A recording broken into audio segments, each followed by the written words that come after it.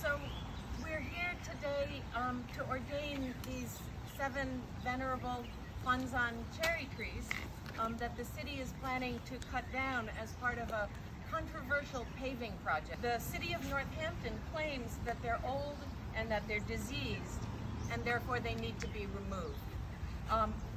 Those of us who live here with the trees disagree, and so we consulted an independent arborist.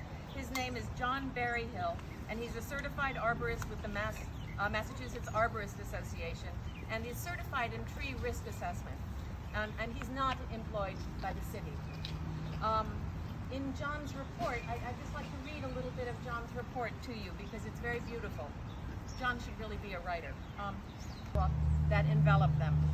I feel compelled to share my strong belief that these trees are not in poor condition, that the poor condition that has been described in other assessments that I have heard. And I implore the decision makers to pause and consider the value that their current state of precious maturity provides our community.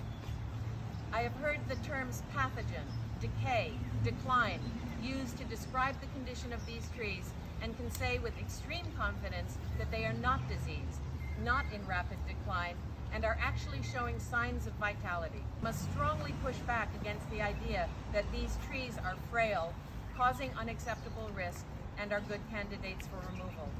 These trees are experiencing a rare and precious moment of maturity. This is something that I personally can relate to. Let me say that once again. These trees are experiencing a rare and precious moment of maturity in a growing environment where that is seldom seen. Mischaracterizing their condition to support a paving project would clash so harshly with all this city has done to honor and celebrate the value of urban trees.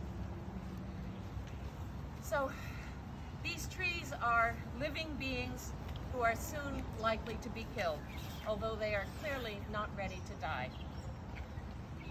But today is not a funeral. Today is a joyful occasion. The ordination ceremony we'll be performing today will ordain these 7 cherry trees and their 3 younger siblings as Soto Zen priests.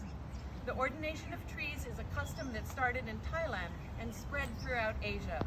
It's a way of protecting trees by acknowledging them as sacred, honoring their precious lives, and recognizing all that they do for us. So my friend and senior priest, Koshin Greg Snyder, will be performing the ordination today, and I'll be assisting. And Koshin, would you tell a little bit about the ceremony? Yeah. First I'll say thank you for being here. This is wonderful that so many came out in the rain. And I'll say something, the water that I spread around a moment ago is called wisdom water. Mother Earth has given us plenty of wisdom. This rain should be seen as a blessing on this earth. And I just met these trees and I'm heartbroken because there's nothing I feel in these trees other than strength. And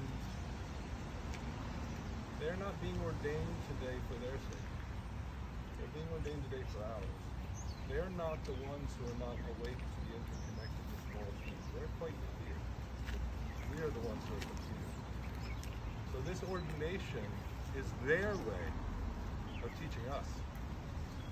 And I hope that we can actually learn by it. One of the things that we'll be doing is we'll be going down and with the wisdom water, blessing all the trees, and then we'll come back down the block, and then we'll go back down again, and we'll actually do the ordination with each tree. Normally an ordination has a lot more to it in terms of taking precepts and so on, but I'll say this later on. These trees took their precepts from Mother Earth. They don't need to take them from us. So we'll shorten that. And we'll go down and do the ceremony with each one. What normally happens for a human who's ordaining is we take something called the shura from the top of the head, the last piece of hair. Here we'll take a leaf from each tree as a sign of their renunciation and devotion to all beings. And I'll communicate this. I've already started talking First of all, I'll just say, this is not performative for me.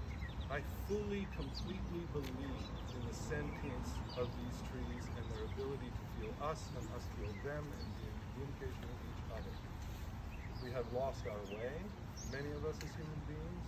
We have lost this ability to hear, this ability to be with life, this ability to see these as residents of our community rather than decoration on our street. So that is, that's heartbreaking in every level, and